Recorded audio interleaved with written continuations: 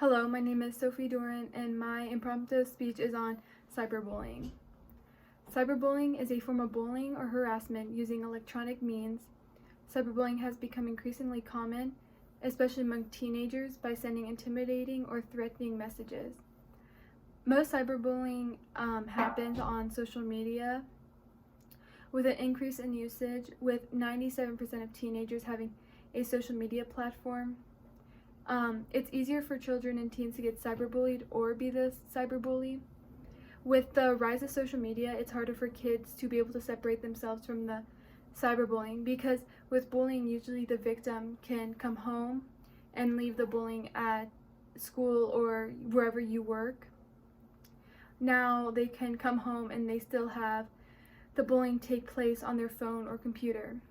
67% of teenagers have said they have experienced cyberbullying in some part of their life. Identifying cyberbullying can be hard, but sometimes what you can look for is body shaming.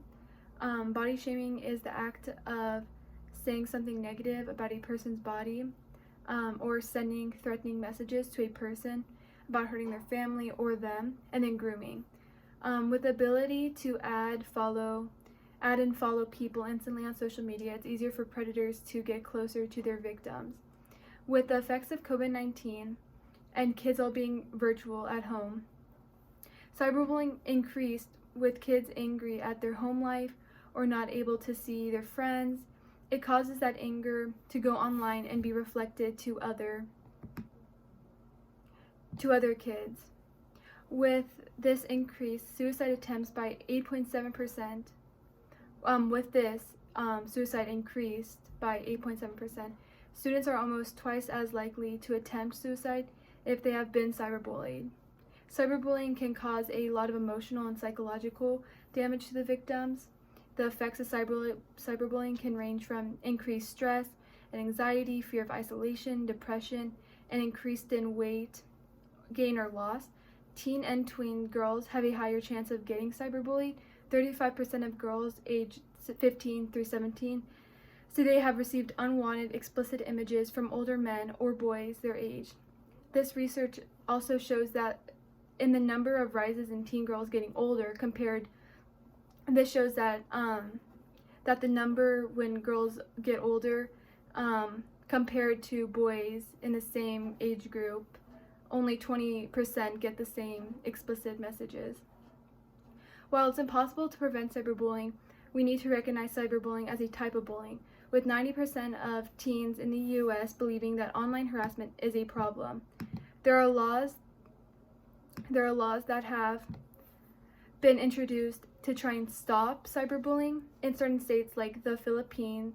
The Philippine state has a statute 10627, an act of requiring all elementary and secondary schools to adopt policies to prevent and address acts of bullying in their institutions that defines the specific acts of cyberbullying. Schools are trying to introduce ways to talk to their children about cyberbullying and a safe place for children and teens to talk about what may be going on online.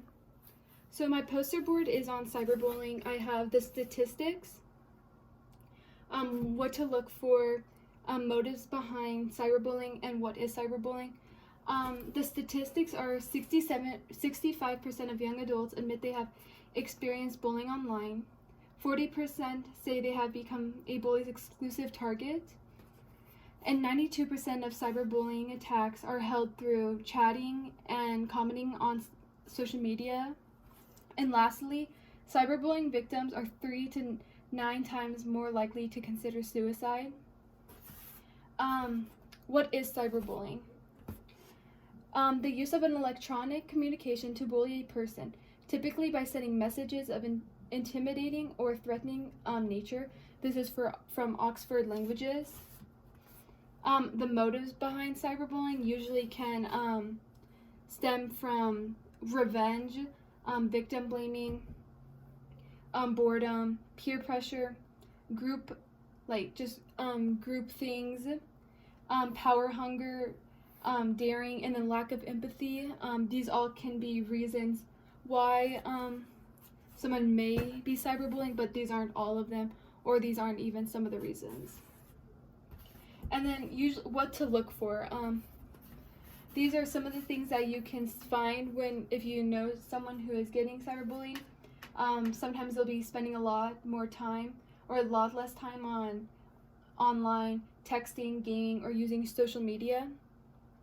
You may notice an increased anxiety, acting out violently, and a low self-esteem. Cyberbullying can result in long-lasting emotional effects. Even when the bullying has stopped, sometimes they'll have depression and maybe need to see a therapist, and a lot more like mental problems. You'll notice they don't want to go to school. Even with cyberbullying online, they still may not want to see who they think their cyberbully could be. They seem jumpy when they get an instant message, text, or email. And then you may also notice unexplained weight loss or weight gain.